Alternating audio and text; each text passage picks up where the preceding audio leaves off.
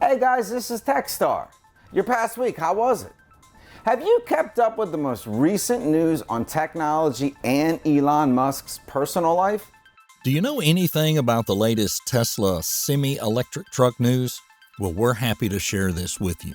5 years after the Tesla Semi was revealed and 3 years behind schedule, the first production Tesla Semi trucks have been built.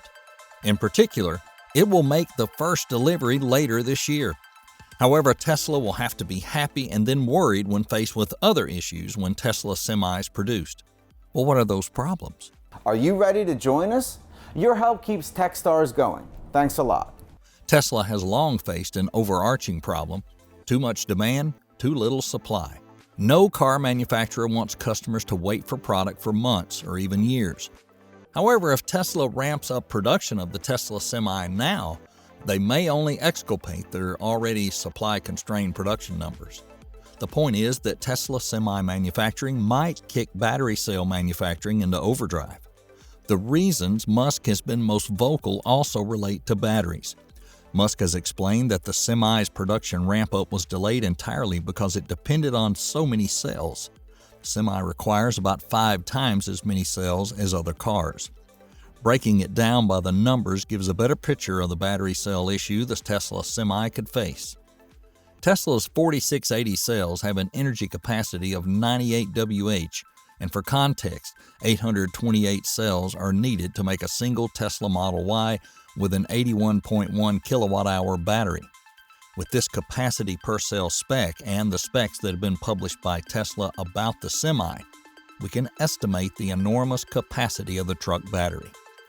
The Tesla website states that the Semi will have a max range of 500 miles and use under 2 kilowatt-hours per mile. Assuming a worst-case scenario where the truck uses exactly 2 kilowatt-hours per mile for 500 miles, the Tesla Semi would have a battery capacity of 1,000 kilowatt-hours. And even if the Tesla Semi could achieve 1 kilowatt-hour per mile, the battery would be 500 kilowatt-hour.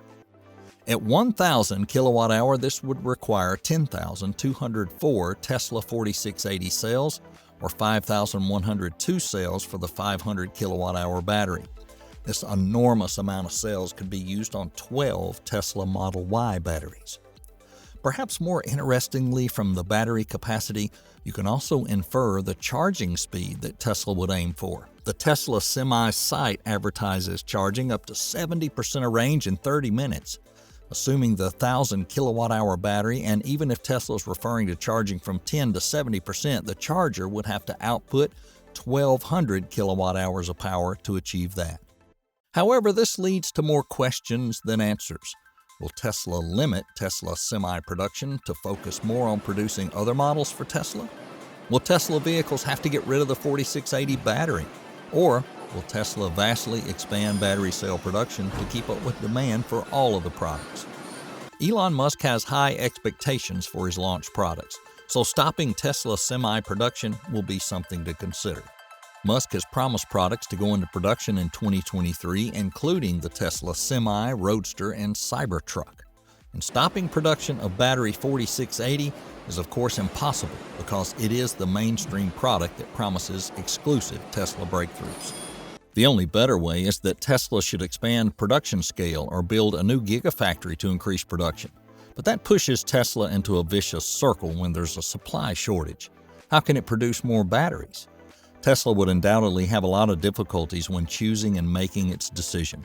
Any decision would also be hindered because the limited supply of semiconductors has dramatically affected the business and production of the transportation industry. How much PepsiCo paid for the trucks wasn't disclosed, but each pre-order requires a $20,000 deposit, while the total price of the long-range model is about $180,000. Basic math tells us PepsiCo will likely have paid around $2 million for the initial pre-order, and then the truck ship after production begins in 2019 that would pay about $18 million. Excited to announce start of production of the Tesla semi-truck with deliveries to Pepsi December 1st.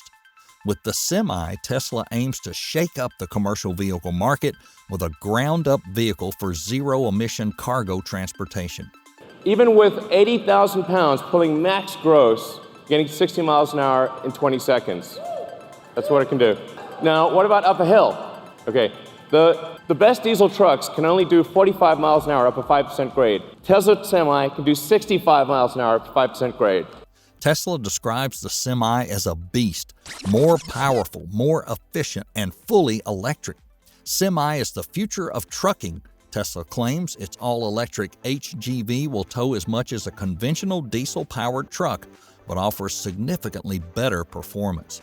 Tesla has also shared that the Nevada Gigafactory will house the first production batch. Tesla initially aimed to deliver trucks to PepsiCo last year, but that was delayed due to the pandemic and the anticipated shortage of battery cells.